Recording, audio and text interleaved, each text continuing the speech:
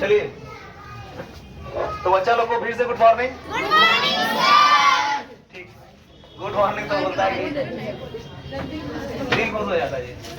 चलो सब लोग देखो बोर्ड पे, रुमाले से भी कर जाएगा, इसको नीचे रखो दबा जाएगा। चलिए देखिए सब लोग बोर्ड पे देखो, हाथ हटाओ सिर पर से, ठीक ना लग रहा है जैसे कि पूरा गुजर गया, लूट गया, बर्बाद हो गया है एकदम। अच्छा से देखो, बैक बोन पे सपोर्ट दो आराम, ठीक ना, टाइट बैठो सब। देखिए आज हम लोग पढ़ेंगे सुप्राणु की संरचना। एक चीज और बता रहे हैं, लिखते हुए अगर देख लिए तो फिर ठीक नहीं होगा। हाँ सच में बोल रहे हैं, बार बार बोल रहे हैं कि नहीं लिखना नहीं लिखना है। जल्दी देखो, टाइम 2 बजे। आज हम लोग देखेंगे सुप्राणु की संरचना, यानी कि स्ट्रक्चर ऑफ स्पर्म। इसको हम लोग क्या बोलेंगे, स्ट्रक्चर ऑफ स्पर्म, ठीक है ना। इसे ये जो है, ये जो फिगर दिख रहा है वो, इस फिगर का नाम है सुप्राणु। इस स्ट्रक्चर को हम लोग क्या बोलते हैं, सुप्राणु। इंग्लिश में सुप्राणु को हम लोग किस नाम से जानते हैं, इसको हम लोग स्पर्म के नाम से जानते हैं। क्या बोलेंगे इसको, स्पर्म बोलेंगे। बात करते हैं कि इस स्पर्म को हम लोग क्या बोलते हैं, मेल गैमेट। इसको हम लोग मेल गैमेट बोलते हैं, या इसी को हम लोग क्या बोलते हैं, नर युग्मक के नाम से जानते हैं। और इस नर युग्मक का निर्माण जो है कहाँ पे होता है बउआ, तो ये होता है वृषण में। वृषण की कौन सी कोशिका में होता है, कौन सी नलिका में होता है, तो उस नलिका का नाम है शुक्र जनन, शुक्र जनन नलिका में होता है। समझ में आ रहा है ना। अब समझिए, ये शुक्राणु जो है, शुक्राणु का निर्माण तो शुक्र जनन नलिका में है। पुरुष क्या करता है ना कि जब मीटिंग की प्रक्रिया करता है, यानी कि संभोग की प्रक्रिया करता है ना, समझ में आ रहा ना, तो उस समय पुरुष के शिश्न से लगभग जो है 3 से 4 ml वीर्य निकलता है। ये व्हाइट कलर का विस्कस लिक्विड होता है, 3 से 4 ml सीमेन कहेंगे इसको हम लोग। क्या कहते हैं, सीमेन। तो 3 से 4 ml सीमेन जो है, वीर्य जो है 3 से 4 ml सीमेन जो होता है ना, वो पुरुष जो है मीटिंग के दौरान जो इजोकुलेट करता है, स्खलित करता है, निकालता है। समझ में आया ना। इस सीमेन में, इस 3 से 4 ml सीमेन में करीब करीब शुक्राणु की जो संख्या होती है वो 80 से 100 मिलियन, 80 से 100 मिलियन के करीब में शुक्राणु होते हैं। बहुत ज्यादा शुक्राणु होते हैं, समझ में आया ना। तो इस 80 से 100 मिलियन शुक्राणु में से हम एक शुक्राणु की बात हम लोग कर रहे हैं। यहाँ पे हम एक शुक्राणु की संरचना बनाए हैं। ये क्या हो गया, शुक्राणु की संरचना हो गया। जो 80 से 100 मिलियन शुक्राणु होता है ना, ये 80 से 100 मिलियन शुक्राणु की अगर बात हम लोग करते हैं तो इसका साइज जो होता है ना बहुत छोटा होता है। अगर बात करेंगे माइक्रोन में तो ये 60 माइक्रोमीटर का होता है, 60 माइक्रोमीटर का होता है। अगर mm की बात हम लोग करेंगे तो ये 0.05 mm में होता है, ठीक है ना। हाँ 0.55 mm होता है। और अगर माइक्रोन की बात करेंगे तो ये कितना होता है, 60 माइक्रोन के बराबर होता है। समझ में आया, मतलब बहुत छोटा होता है। पुरुष का जो शुक्राणु होता है ना वो, यानी कि जो नर युग्मक होता है, ये नर युग्मक जो होते हैं कितने पार्ट से बटे होते हैं, 4 पार्ट में बटे होते हैं। पुरुष का जो शुक्राणु होता है ये 4 पार्ट में बटा होता है। सबसे पहला जो पार्ट होता है, नंबर फर्स्ट, इसको हम लोग क्या बोलते हैं, हेड। पहला जो होता है वो हेड कहलाता है। दूसरा जो पार्ट होता है ना उसको हम लोग क्या बोलते हैं, नेक। दूसरा जो होता है उसको क्या बोलते हैं, नेक। तीसरा जो पार्ट होता है, इसमें देखो, तीसरा जो पार्ट होता है उसको हम लोग बोलते हैं मिडिल। तीसरा जो होता है उसको क्या बोलते हैं, मिडिल। समझ है ना। अब फोर्थ जो होता है ना उसको हम लोग क्या बोलते हैं, टेल, पूंछ। तो समझिए, हेड रीजन जो होता है, हेड रीजन में 2 कंपोनेंट होते हैं। एक होता है एक्रोसोम, और बड़ा लिखे हैं, हेड रीजन में क्या पाया जाता है, एक्रोसोम। और दूसरा जो इसमें पाया जाता है वो क्या होता है, न्यूक्लियस। ये 2 चीजें होती हैं, एक्रोसोम होता है और क्या होता है, न्यूक्लियस होता है, नाभिक होता है। अब समझिए, चलो यहाँ देखो, सब ऊपर पे देखो, ये जो शुक्राणु हो गया ना, तो शुक्राणु का यहाँ से लेकर यहाँ तक का जो पोर्शन है ना, यहाँ से लेकर यहाँ तक का पोर्शन, इस पोर्शन को हम लोग क्या बोलते हैं, हेड रीजन बोलते हैं। इस हेड रीजन में देखिए, सबसे पहले जो ऊपर की ओर ये जो स्ट्रक्चर दिख रहा है ना, ऊपर में ये वाला जो स्ट्रक्चर दिख रहा है, इस स्ट्रक्चर को हम लोग क्या बोलते हैं होगा, एक्रोसोम बोलते हैं। इसको क्या बोलते हैं, एक्रोसोम। हाँ, इस एक्रोसोम में क्या पाया जाता है, एंजाइम पाया जाता है। इस एंजाइम को, बहुत सारे एंजाइम होते हैं, इन सभी एंजाइमों को एक साथ हम लोग क्या बोलते हैं, स्पर्मेटिक लाइसिन बोलते हैं। समझ आया ना। इन सभी को एक साथ हम लोग क्या बोलते हैं, स्पर्मेटिक लाइसिन, या हाइड्रोलाइटिक एंजाइम भी कहते हैं। इसको हम लोग स्पर्मेटिक लाइसिन बोलते हैं। इस अस्पर्मेटिक लाइसिन में 3 प्रकार के एंजाइम होते हैं। सबसे पहला जो एंजाइम होता है उसका नाम होता है हाइलुरोनिडेज एंजाइम, दूसरा जो होता है कोरोना पेनिट्रेटिंग एंजाइम, और तीसरा जो होता है वो क्या होता है, जोना लाइसिन। याद रखना, शुक्राणु का सबसे शीर्षस्थ भाग, सबसे ऊपर का भाग एक्रोसोम कहलाता है, और ये एक्रोसोम जो है बना होता है क्या चीज से, तो गोल्गी बॉडी से बना होता है, या कह सकते हैं हाँ ये बना होता है किससे, गोल्जी काय से, गोल्जी काय, या कह सकते हैं गोल्गी बॉडी से बना होता है, गोल्जी बॉडी से बना होता है। इस गोल्जी बॉडीज की खोज किसने की थी, तो उसका नाम था कैमिलो गोल्गी नाम था उसका, ठीक है ना। तो कैमिली गोल्गी ने गोल्गी बॉडीज की खोज की थी। तो एक्रोसोम जो है वो बना होता है किसी से, गोल्जी काय से मिलकर बना होता है, और इस एक्रोसोम के अंदर में एंजाइम पाए जाते हैं। सभी एंजाइम को एक साथ हम लोग क्या बोलते हैं, अस्पर्मेटिक लाइसिन बोलते हैं। ये समझ में है ना। अब इस अस्पर्मेटिक लाइसिन में 3 प्रकार के प्रमुख एंजाइम होते हैं, 1, 2 और 3। सबका काम समझिए। हाइलुरोनिडेज एंजाइम का काम क्या होता है ना कि ये अंडाणु के फॉलिकल को ये प्रभावित करता है, फॉलिकल के लिए बना होता है, ये फॉलिकल को तोड़ने के लिए बना होता है। जैसे बात करते हैं, यहाँ दिख रहा है ना, यहाँ पे दिख रहा है ना पूरा। तो अंडाणु जो होता है ना, अंडाणु, तो अंडाणु के जैसे मान लीजिए कि न्यूक्लियस हो गया, तो अंडाणु के अंदर में 2 लेयर होते हैं ऐसे, और इसके ऊपर में ऐसे ऐसे ऐसे ऐसे। तो देखो सबसे बाहर वाला जो पोर्शन होता है ना, ये क्या होता है, फॉलिकल, फॉलिकल सेल्स होते हैं, फॉलिकल सेल्स। ये वाला जो होता है ना, इसको हम लोग बोलते हैं कोरोना, कोरोना रेडी आटा, और इसके अंदर वाला जो होता है ना, इसको हम लोग बोलते हैं जोना। सर कॉल आ रहा है,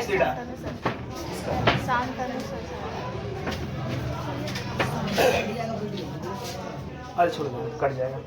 तो समझिए, तो सबसे बाहर वाला फॉलिकल सेल, उसके बाद वाला कोरोना रेडियाटा, अब उसके अंदर वाला क्या कहा जाता है, जोना पेलुसिडा, और इसके अंदर में क्या पाया जाता है, तो न्यूक्लियस। और इस न्यूक्लियस में गुणसूत्र की संख्या कितनी होती है, तो 23 होती है। 22 प्लस x मतलब कितना होता है, 23 होता है। तो होता क्या चीज है कि जब शुक्राणु अंडाणु के पास पहुंचता है ना, तो सबसे पहले ये अपने एक्रोसोम को क्या करता है, फाड़ लेता है। तो जैसे ही फटता है ना, तो इससे क्या निकलने लगते हैं, एंजाइम निकलने लगते हैं। तो सबसे पहला जो एंजाइम निकलता है ना, उसका नाम क्या है, हाइलुरोनिडेज एंजाइम होता है। ये क्या करता है, ये फॉलिकल को क्या करता है, डिस्ट्रॉय करता है। समझ में आ रहा है, ये फॉलिकल को डिस्ट्रॉय करता है। दूसरा एंजाइम जो निकलता है उसका नाम है कोरोना पेनिट्रेटिंग एंजाइम। ये किसके लिए बना होता है, कोरोना रेडियाटा के लिए होता है। ये कोरोना रेडियाटा को क्या करता है, घुला देता है। समझ में आ रहा है ना। और तीसरा जो एंजाइम है उसका नाम है जोना लाइसिन। ये जोना लाइसिन काम क्या करता है कि ये जोना पेलुसिडा के लिए बना होता है, ये जोना पेलुसिडा को घुला देता है। तो जैसे ही ये तीनों लेयर घुलती है, तो शुक्राणु जो है अंदर की ओर क्या हो जाता है, प्रवेश कर जाता है। आना समझ में। तो शुक्राणु का जो एक्रोसोम होता है, कह सकते हैं कि इसमें जो है विस्फोटक पदार्थ भरा होता है। समझ में आया ना, बारूद। अगर ये बारूद नहीं फटा, समझ में आया ना, तो ये जो है अंदर में नहीं घुसेगा। आना समझ में। अगर बारूद फट गया, समझ जी, अगर ये बारूद फटा तब जाके ये तीनों जो झिल्ली है ना, ये तीनों लेयर जो है ना, पहला फॉलिकल सेल्स, कोरोना रेडियाटा और जोना पेलुसिडा, खुलेगा नहीं तो फिर नहीं खुलेगा।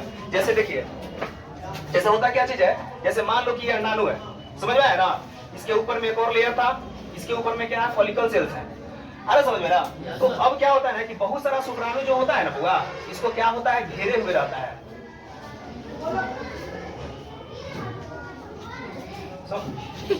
क्या हुआ, ये समझा ना, टाइम नहीं है जी, मेन दिक्कत है टाइम नहीं है समझाना। तो देखो, तो 80 से 100 मिलियन जो शुक्राणु निकलता है ना, तो 50% में से कह सकते हैं कि 50% शुक्राणु बर्बाद हो जाता है। मतलब कि 40 मिलियन शुक्राणु जो होते हैं या 50 मिलियन शुक्राणु यहाँ तक पहुंचते हैं। तो इसमें से बहुत सा शुक्राणु जो है ना, अंडाणु को घेर लेता है। तो अंडाणु को घेरे हुए रहता है सारा शुक्राणु, लेकिन किसी के पास अभी हिम्मत नहीं है कि ये घुस जाए। कब तक, जब तक ये अपना ऊपर वाला पोर्शन जो है ना होगा, एक्रोसोम को नहीं, जब तक ये विस्फोट करेगा ना, तब तक इसके अंदर से क्या नहीं निकलेगा, एंजाइम नहीं निकलता है।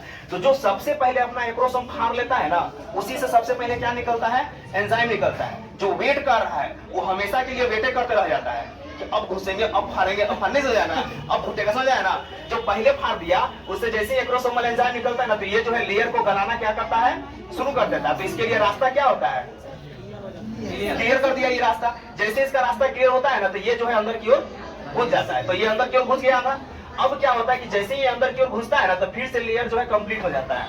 अब उसके बाद ये सब कितनों अपना एंजाइम फाड़ते रहेगा ना, उससे कोई फर्क नहीं पड़ेगा। एक बार जब कोई शुक्राणु अंदर घुस जाता है ना, तो इसका जो अपर पोर्शन होता है ना, वो ज्यादा मजबूत हो जाता है, हार्ड हो जाता है। फिर दूसरे शुक्राणु की एबिलिटी नहीं है कि वो उसमें घुस जाए। समझ आ रहा है कि नहीं आ रहा है? तो एक्रोसोम जो होता है वो एंजाइम्स, उसके अंदर में एंजाइम्स पाए जाते हैं, और वही एंजाइम जो है शुक्राणुओं को अंडाणु के अंदर में प्रवेश करने देता है। अरे समझ में, कह सकते हैं कि कोई बारूद है वो। नहीं समझ आ रहा है? ये बना होता है किसी से, गोल्गी बॉडी से मिलकर बना होता है। ठीक है, बात करते हैं कि ये वाला जो ऊपर का लेयर होता है ना, ये वाला ऊपर का लेयर, इस ऊपर वाले लेयर को हम लोग क्या बोलते हैं? प्लाज्मा मेम्ब्रेन इसको बोलते हैं। इसको लिखेंगे पीएम। पीएम का मतलब क्या हो गया? प्लाज्मा मेम्ब्रेन, कोशिका झिल्ली बोलेंगे। अब बात करते हैं कि इसके ठीक अंदर में जाइएगा, ये वाला पोर्शन, ये वाला, तो इसके अंदर में क्या पाया जाता है? न्यूक्लियस पाया जाता है। क्या पाया जाता है? नाभिक पाया जाता है। इस नाभिक में क्या पाया जाता है? गुणसूत्र। और वो गुणसूत्र किस फॉर्म में होते हैं? हैप्लॉइड कंडीशन में होते हैं। जैसे मनुष्य में अगर 46 होगा ना, तो शुक्राणु में क्या होता है? अगुणित होता है। शुक्राणु में क्या पाया जाएगा?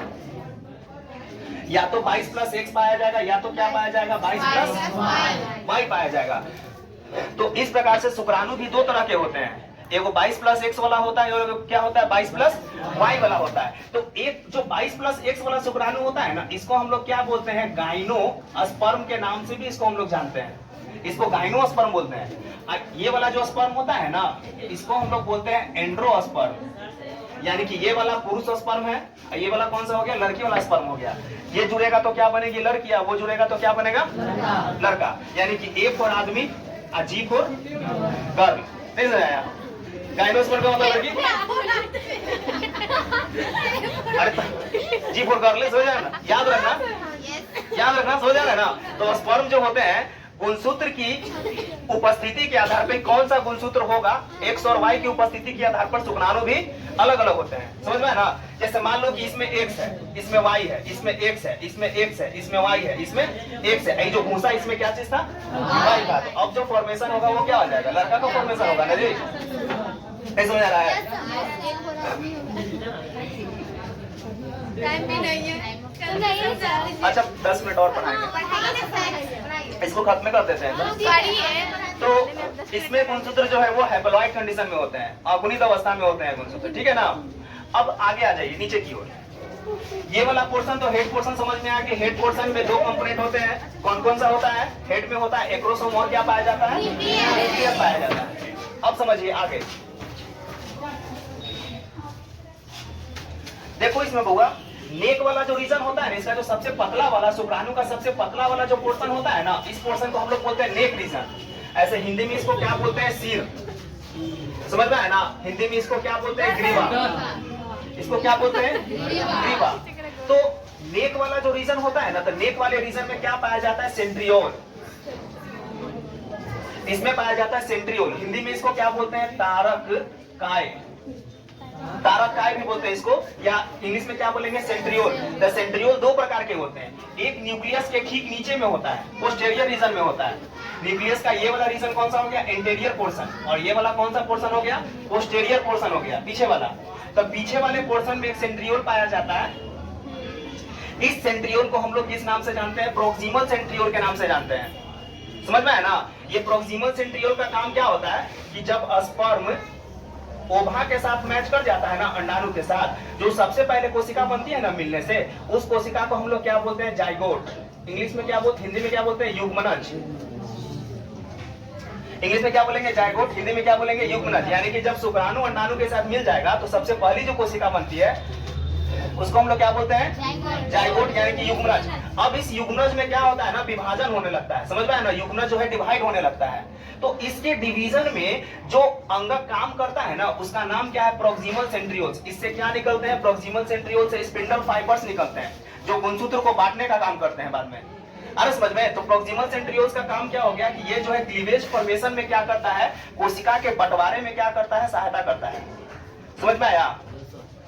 दूसरा सेंट्रियोल यहाँ पे होता है। दूसरा सेंट्रियोल ये वाला दूसरा सेंट्रियोल इसके ठीक नीचे होता है। समझ में आया ना? इसको हम लोग क्या बोलते हैं? डिस्टल सेंट्रियोल बोलते हैं। ऊपर वाला प्रोक्सिमल, नीचे वाला क्या हो गया? डिस्टल। नेक रीजन वाला समझ में आ गया ना कि नेक रीजन में क्या पाया जाता है? सेंट्रियोल्स पाया जाता है। आया समझ में? अब आ जाइए मिडिल पोर्शन। तो यहाँ से यहाँ वाला जो पोर्शन होता है ना भगवान, ये वाला पोर्शन, यहाँ से यहाँ वाला पोर्शन क्या कहलाता है? मिडिल पोर्शन कहलाता है। मिडिल रीजन इसको बोलेंगे। इसको क्या बोलते हैं? Middle region. तो मिडिल रीजन जो होता है ना, शुक्राणु का मध्य भाग होता है, इसमें क्या पाया जाता है? माइटोकॉन्ड्रिया पाया जाता है। यहाँ पे क्या लिखे है? माइटोकॉन्ड्रिया। ये माइटोकॉन्ड्रिया जो स्पाइरल फॉर्म में होता है, फीता के जैसा होता है, रिबन के जैसा होता है, जो लिपटा हुआ होता है।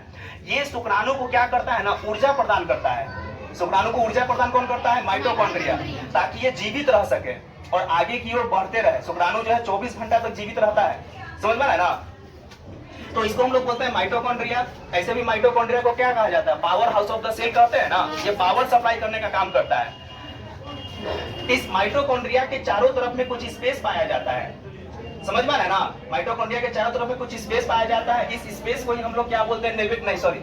माइटोकॉन्ड्रिया जो रिबन लाइक स्ट्रक्चर में पाया जाता है ना, इस रिबन लाइक स्ट्रक्चर को ही हम लोग किस नाम से जानते हैं? नेबेन कर्ण के नाम से जानते हैं इसको हम लोग। यानी कि माइटोकॉन्ड्रिया जब रिबन लाइक स्ट्रक्चर में इसके नेक रीजन में लिपटा हुआ होता है, तो इस रिबन लाइक स्ट्रक्चर को ही हम लोग किस नाम से जानते हैं? नेबेन कर्ण बोलते हैं। और इसके अंदर में जो खाली स्पेस होता है ना, इस खाली स्पेस को हम लोग क्या बोलते हैं? मैनचेटे बोलते हैं इसको, मैनचेट। तो सच्ची समझ में आ रहा है? माइटोकॉन्ड्रिया जब रिबन लाइक स्ट्रक्चर में होगा, तो इस रिबन लाइक स्ट्रक्चर को ही हम लोग क्या बोलेंगे? नेबेन कर्ण। और मिडिल पोर्शन समझ में आया कि मिडिल पोर्शन में क्या पाया जाएगा? वो माइटोकॉन्ड्रिया। इसमें क्या है?